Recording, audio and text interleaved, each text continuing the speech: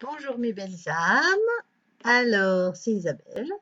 J'avais envie de faire une petite vidéo aujourd'hui, d'une part parce que j'avais envie de changer un peu, et puis aussi je vous cache pas, c'est parce que j'ai un nouvel ordi et j'avais envie de tester un petit peu ma caméra et tout ça et tout ça. Voilà, donc du coup, voilà, aujourd'hui, petite vidéo et bien évidemment, je vais répondre aux questions qui m'ont été posées par rapport au fait que pourquoi avec nous, c'est toujours plus difficile qu'avec les amis. Bah évidemment, les amis, on les conseille, on est toujours de bons conseils pour eux, on sait pour eux les choses à dire, les choses à faire, et quand il s'agit de nous, bah non, nous ça marche pas, de toute façon, on est persuadé qu'on ne le mérite pas, et que pour nous c'est beaucoup beaucoup plus compliqué. Ça ne veut pas dire que notre cas est plus grave, ça veut juste dire que nous, on n'y croit pas. En tout cas, on n'y croit pas pour nous-mêmes.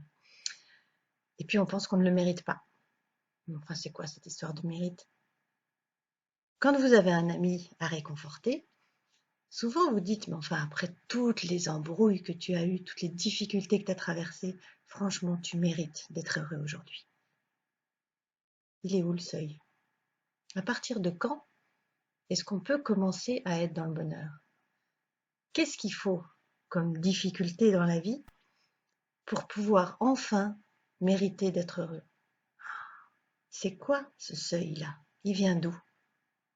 De notre éducation? C'est la sacrée éducation judéo-chrétienne qui dit qu'il faut souffrir pour être heureux?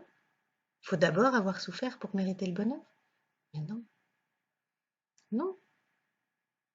Dites-moi, même si vous pensez que ce que je dis là, c'est pas forcément ce qui vous concerne, quand même, les gens à qui tout réussit, depuis tout petit, ils ont eu de la chance. Qu'est-ce que vous pensez d'eux réellement? Vous trouvez ça juste? Vous trouvez ça injuste? Au fond de vous.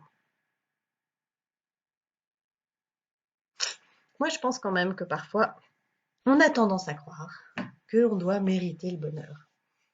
Donc, il y a un seuil à passer. Au début, on a des difficultés, puis une autre, puis de la souffrance, et puis à un moment, ça y est, pouf, on arrive au seuil où ça y est, cette fois, on mérite d'être heureux. Sauf que le seuil pour nos amis est beaucoup plus bas que le seuil qu'on se met à nous-mêmes. Il est où votre seuil à vous?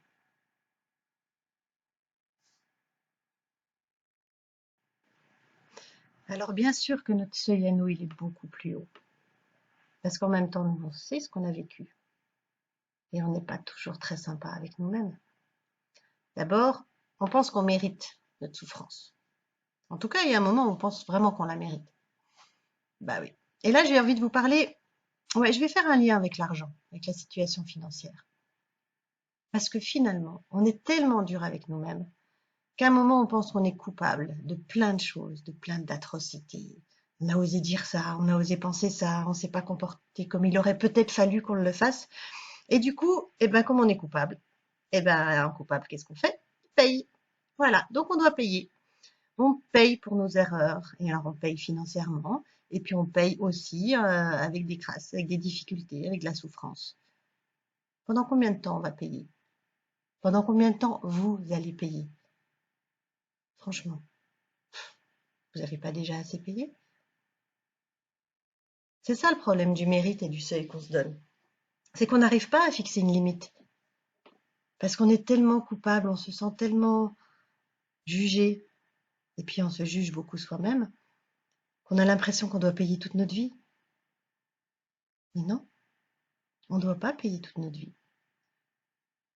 Alors mes amis, j'ai envie de vous dire aujourd'hui, faites cette expérience. Pensez à une situation difficile pour vous, pour laquelle vous avez encore l'impression de payer maintenant. Voilà, vous avez fait des erreurs et puis ça tourne en boucle autour de vous et vous avez l'impression que ça marche jamais parce que c'est de votre faute. Parce que vous êtes trompé à un moment ou à un autre. Et que vous le payez encore et encore. Pensez à ça. Fermez vos yeux et dites-vous, j'ai assez payé. C'est bon. J'ai payé ma dette. Ça y est.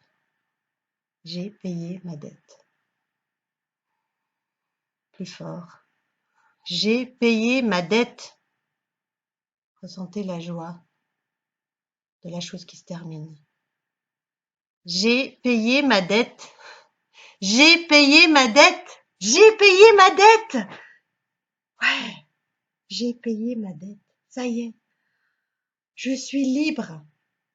Libérée de ce fardeau. Waouh, ça fait du bien.